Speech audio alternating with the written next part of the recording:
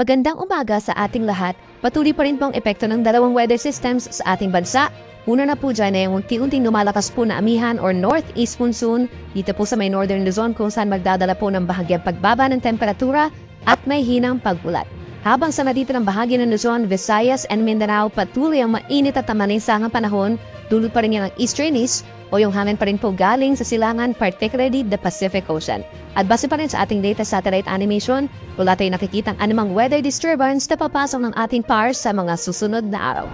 For today po, asahan pa rin ang maulap na kalangitan na sasamahan ng mahina ulan sa mga probinsya po ng Batanes and Cagayan, dulot po yan ng amihan, habang dito naman sa naditirang bahagi ng Cagayan Valley at mga probinsya ng Apayao, Kalinga, Mountain Province, and Ifugao is partly cloudy to cloudy skies, meron din pong tsansa ng may hinang ulan dulot ng amihan. Sa natitirang bahagi ng Cordillera Region, itong Abra, Benguet, plus the entire Ilocos Region, mababa pa rin po ang tsansa ng ulan at madalas maaliwalas ang panahon dulot ng amihan. Sa ating mga kababayan naman po, sa may Aurora at hilagang bahagi ng Quezon, partly cloudy to cloudy skies, but the rest of Central Luzon and Calabarzon, Metro Manila plus malaking bahagi po ng Southern Luzon is fair weather conditions, bahagyang maulap at madalas magiging maaraw. May tsansa rin po ng mga pulupunong ulan pagsapit ng hapon, lalo na dito sa may southern portion of Quezon as well as Bicol Region. Sa mga kapatagan pa rin po pinakamaiinit dito sa Metro Manila hanggang 33 degrees Celsius, kayo sa may Tuguegarao City, habang sa mga bulubundukin na lugar may kalamigan pa rin po, kabilang na dyan sa may Baguio,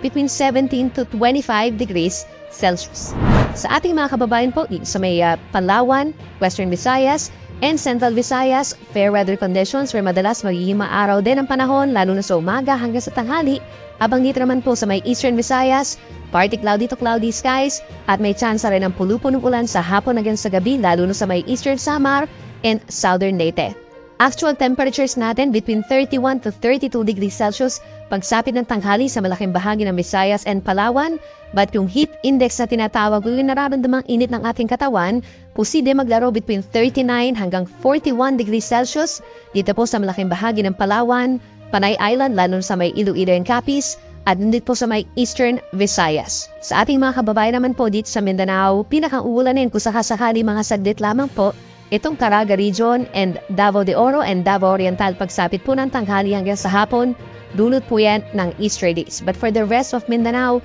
halos katulad pa rin po ng weather conditions as yesterday na partly cloudy skies, may times na magiging maaraw, medyo mainit pa rin po sa tanghali lalo na sa mga low-lying areas na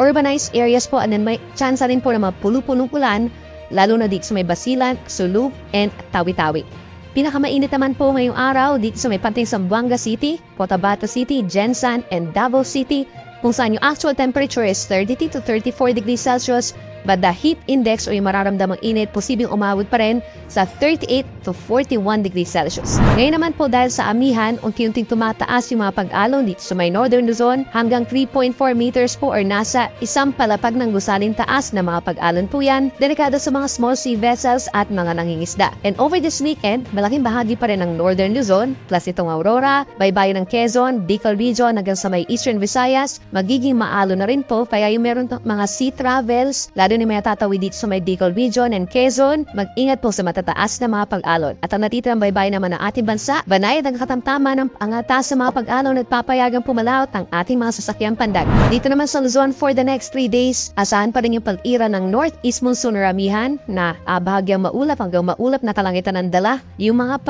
temperatures po natin, hindi na ganun bababa lalo na po sa madaling araw. Kung meron man sa tanghali, mababawasan yung pag-init. Pinaka-apektado itong Northern Luzon, Central Luzon, Calabarzon, and Metro Manila at may tsansa lamang po ng may hinang ulan. Dito naman po sa may Bicol Region, pagsapit bukas, magandang panahon pa rin ang iiral, pero pagsapit po ng Linggo and Lunes, maulap na kalangitan ang iiral at sasamahan ito ng kalat-kalat na ulan ng thunderstorms dahil sa shear line o ito na yung magiging banggaan po ng easterlies plus the amihan, kaya mag-ingat po sa mga posibleng pagbaha at pagbuho ng lupa, lalo sa may Camarines Provinces and Catanduanes. Sa ating mga kababayan po sa Visayas, sa susunod na 3 araw, easterlies pa rin or hangin galing Pacific Ocean ang iiral. Ibig sabihin magiging mainit pa rin po for the next 3 days. Mababa ang tsansa na ulan sa maraming lugar sa may western and central portions of Visayas at magiging mainit, possible pa rin po in between 38 to 41 degrees Celsius. At panghuli sa ating mga kababayan sa Mindanao, gayon pa rin po sa susunod na 3 araw, mananatiling iiral ang easterlies or hangin galing Pacific Ocean